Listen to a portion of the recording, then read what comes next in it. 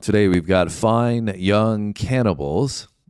Interesting name there. I don't kind of worries me what we're about to get into. Yeah. And She Drives Me Crazy. Now, this album here was The what, raw, Sam? the raw and the cooked. That's another thing. Interesting name. That I'm wondering came out, if maybe she drove them crazy, so they ate her. yeah, let's hope not, Sam. I think maybe we should investigate your thought process with that sentiment. So this album came out in 1989, and so did this song, 1989 January. I don't know if there was any singles that came out before She Drives Me Crazy, but this was a big song. How well did it do, Sam? It went to number 1 in the US on the charts. The album also went to number 1 in the US, and it went to number 5 in the UK. Which is interesting because they are from the UK. I think they're from Birmingham, formed in 1984. And so, when a track goes number 1 in the US, but not number 1 in the UK, always makes me stop and think for a second what was going on at the time period culturally, right? And so they didn't stick around too long. Apparently, I think they had 2 albums only. This one here being one of them. And so I don't know what happened with the disbanding. Maybe you guys can give us more insights. I was going to say they can let us know in the comments. Yeah. And anything else that I'm forgetting about Fine Young Cannibals? Roland Gift is the lead singer. Yeah, so if you're ready, let's get into it. Let's go.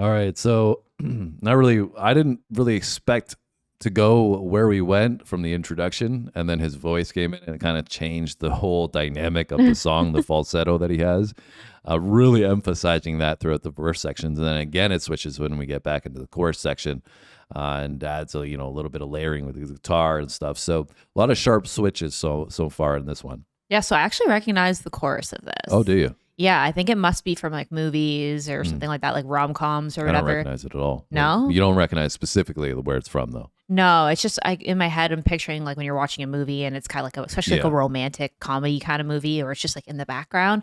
But as soon as he came in with that, she drives me crazy part, like I knew that's where it was, like I could tell that's where it was going. I was like, I know that. Yeah. But I've definitely never heard the song in its entirety. And I wasn't expecting, like you said, when it started to go into that falsetto. I was like, ooh. Yeah. Really wild. I mean, it's a very unique sound, but it's like, I think the video is important to it as well because it's almost so abstract. Like, I'm like, what is going on here? But at the same time, it's like 80s through and through. right? I imagine this is a significant part of like pop in the 80s. Yeah, I think that this probably also being on MTV, like, because the song did really well, right? But I think that the music video probably helped it do even better because you'd see this and you'd be like, what is this? And then that would garner more attention and people would talk about it. And Yeah, it would him staring directly into the camera and everything too, right? Even like this person that looks like they're covered in like pillow cushions. Yeah, weird. Definitely weird.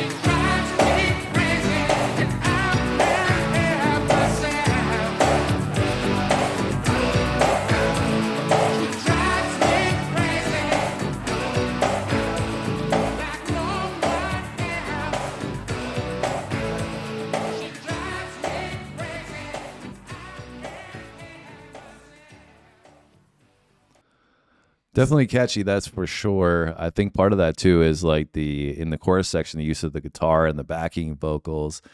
That callback to "She Drives Me Crazy." I feel like that really adds a lot of catchiness to the melody that you're getting from this. For sure. And I was thinking about it because the pause we were talking about, how the video is like a little bit unhinged.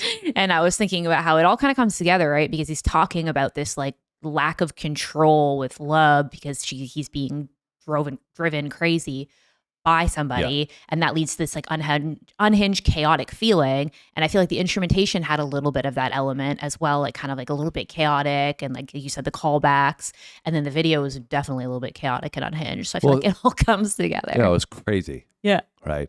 Yeah. She drives me crazy. That's what they're emulating in the video, right? So first, little bit, I'm like, where are we going with this? But like you said, it kind of all came together in the end. And so what are your overall final thoughts on the song? For me, I wouldn't say this is my favorite that we've done on the channel, musically anyways. Like, I can understand the creativity. I can understand it was super catchy at the time. Obviously, it did well in the charts. People, I'm sure, loved it. And it was probably blaring all over MTV and the radio. But I think, like, for my preference is what we've done on the channel. I wouldn't say it's my favorite. I don't dislike it by any means, but that's my personal feeling. Yeah, I would agree with that. Like, I definitely think that it's catchy. I think that it's fun. I feel like it's something that you could throw on, easy listening, to like have it playing in like a bunch of different settings. Like I said, also I think it's really great for like movie scores and stuff like that to like have in the background. It's probably not my favorite song that we've done on the channel, but I definitely like enjoyed it, thought it was fun, and I'd probably listen to it again. Yeah. Well, you guys can let us know what you feel about this one. Let us know down below if there's anything else from this group that we should check out.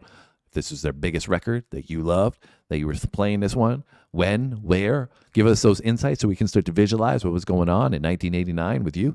And let us know where you want us to go next. We always appreciate your insights. Have a great day. We'll see you on the next video. Thanks for watching, guys. See you next time.